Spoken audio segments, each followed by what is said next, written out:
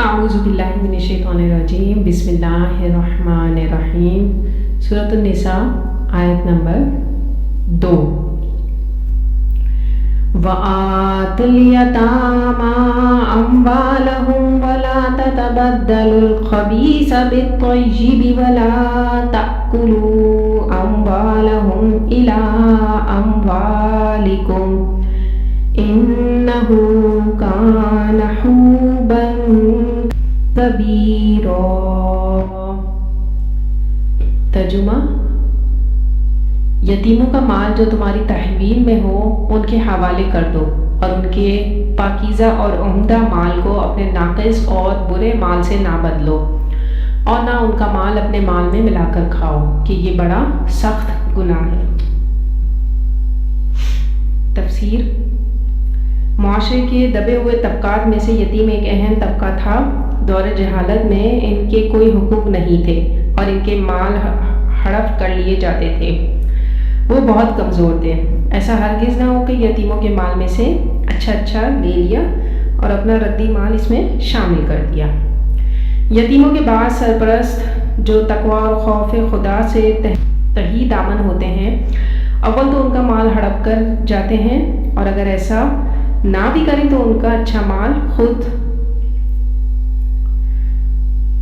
خورد برد کر کے اپنے ردی اور بیکار مال اس میں شامل کر دیتے ہیں اور اس طرح تعداد پوری کر دیتے ہیں۔ پھر ایسا بھی ہوتا ہے کہ ان کے مال کو اپنے مال کے ساتھ ملا لیتے ہیں تاکہ اسے بآسانی ہڑپ کر سکیں۔ ان کو ایسے سب ہٹ کندوں سے روک دیا گیا۔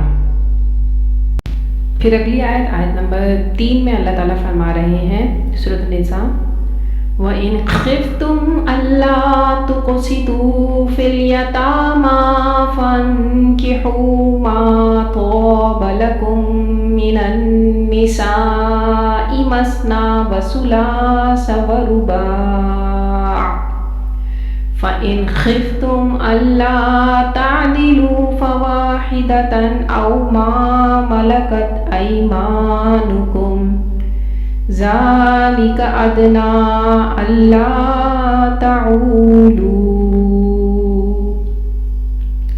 ترجمہ: اور اگر تم کو اس بات کا خوف ہو کہ یتیم لڑکیوں کے بارے میں انصاف نہ کر سکو گے تو ان کے سوا جو عورتیں تم کو پسند ہو 2 یا 3 یا 4 ان سے نکاح کر لو، اور اگر اس بات کا اندیشہ ہو کہ کئی عورتوں سے انصاف نہ کر سکو گے تو ایک ہی عورت سے نکاح کرو یا باندی سے تعلق رکھو جس کے تم مالک ہو۔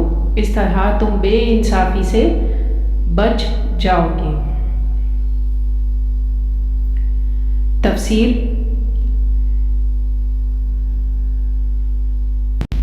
اس آیت میں یتامہ سے مراد یتیم بچیاں اور خواتین ہیں۔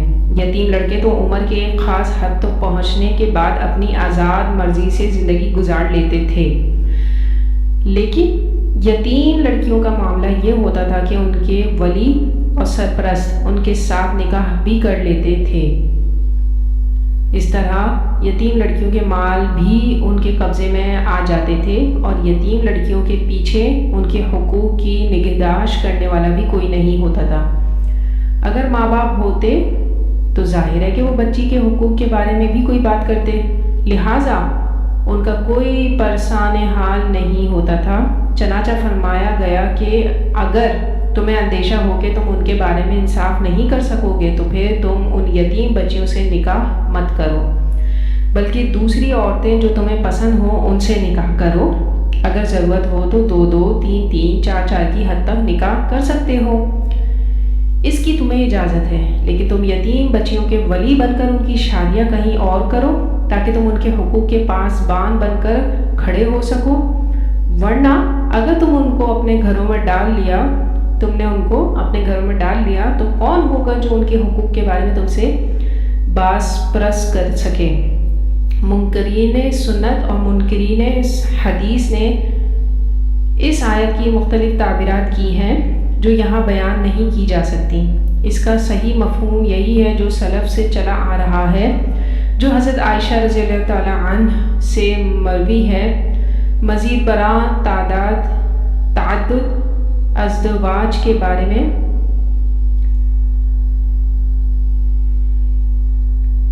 یہی ایک آیت قرآن مجید میں ہے۔ اس آیت کے روح سے تعدد ازدواج کو محدود کیا گیا ہے اور 4 سے زائد بیویاں رکھنے کو ممنوع کر دیا گیا ہے۔ یہ جو ہم نے اجازت دی ہے کہ 2 2 3 3 4 4 عورتوں سے نکاح کرو، اس کی شرط لازم یہ ہے کہ بیویوں کے درمیان عدل کرو۔ اگر تمہیں اندیشہ ہو کہ اس شرط کو پورا نہیں کر سکو گے، ان میں برابری نہ کر سکو گے، تو پھر ایک ہی شادی کرو، اس سے زائد نہیں۔ بیویوں کے مابین عدل و انصاف میں ہر اس چیز کا اعتبار ہوگا جو شمار میں آ سکتی ہیں۔ مثلا ہر بیوی کے پاس جو وقت گزارا جائے اس میں مساوات ہونی چاہیے۔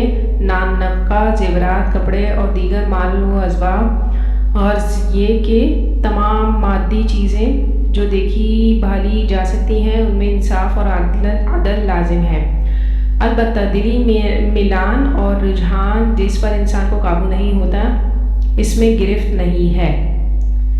یعنی وہ عورتیں جو جنگوں میں گرفتار ہو کر آئیں اور حکومت کی طرف سے لوگوں میں تقسیم کر دی جائیں، وہ ایک علیحدہ معاملہ ہے۔ ان کی تعداد پر کوئی تحدید نہیں ہے کہ بس ایک ہی بیوی کی طرف میلان ہے، اور جیسا کہ آگے آئے گا دوسری معلق ہو کر رہ گئی ہیں کہ نہ وہ شوہر والیاں ہیں اور نہ آزاد ہیں کہ کہیں اور نکاح کر لیں۔